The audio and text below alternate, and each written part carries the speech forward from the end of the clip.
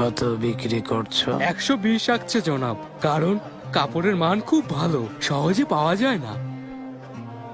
তুমি কি নিয়ম জানো না এফেন্দি? হ্যাঁ, 100 আকচের কেনা মাল 110 আকচের বেশিতে বিক্রি করা সম্পূর্ণ নিষেধ। খরচ বেড়ে যায় কাজী এফেন্দি। এগুলো ফেরোজপুর থেকে আসে, ভালো তুলার তৈরি। ডাকাতদের অত্যাচারে আগের মতো সহজে মাল কিনে আনা যায় না। আমি শুধু এতটুকুই জানি, এটা নিয়মের বিরোধী। আগা, বন্দি করো এই অসৎকে। 50 ঘা লাগাও যাতে ভবিষ্যতে মনে রাখে। কাজী এফেন্দি, ক্ষমা করুন, আর কখনো করব না। ক্ষমা করুন কাজী এফেন্দি। আগা, থামুন, ছেড়ে দিন আগা।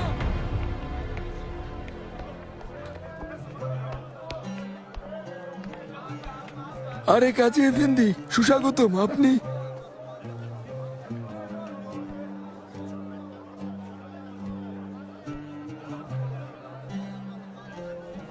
এই জোড়া কত আকছে? 30 আকচেতে বিক্রি করি, গরুর চামড়ার তৈরি।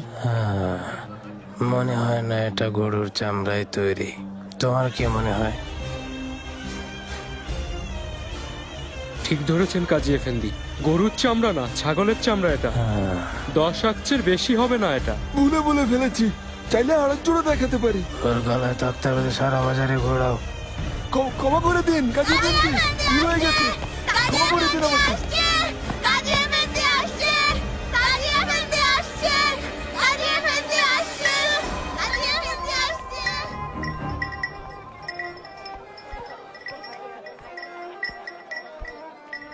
মাত্র এই কয়টা রুটি? আল্লাহর রহমত কাজী এফেন্দি, আজ বিক্রি বেশ ভালো। হ্যাঁ, এখানে কি?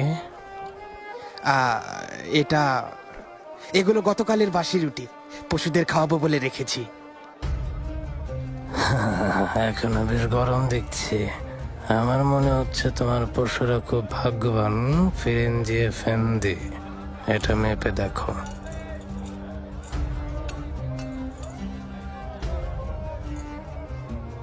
ওজনেও কম।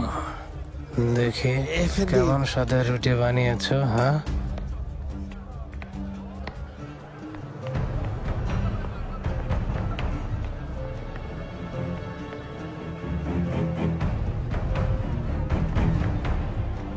গমের আটায় আবার জবের আটা মিশিয়েছ। সস্তার জিনিস বেশি দামে বিক্রি করো, আবার ওজনেও গন্ডগোল করো। ক্ষমা করুন কাজী এফেন্দি, আর এ ভুল করব না, তওবা। উম্মতে মুহাম্মদ হয়ে তুমি আইন অমান্য করেছ, সেই সাথে ক্রেতাদের সঙ্গে প্রতারণা করা অনেক বড় গুনাহ ফিরিনজি এফেন্দি। এর শাস্তি ভয়ানক। প্রবেশদ্বারে টাঙা ওকে, বাকিদেরও শিক্ষা হয়ে যাক। কাজী এফেন্দি, এই আমি তওবা করছি। কাজী এফেন্দি, ক্ষমা করুন। কাজী এফেন্দি, আর করব না, ছেড়ে দিন আগা। কাজী এফেন্দি, তওবা করছি, আর কখনো করব না। কাজী এফেন্দি।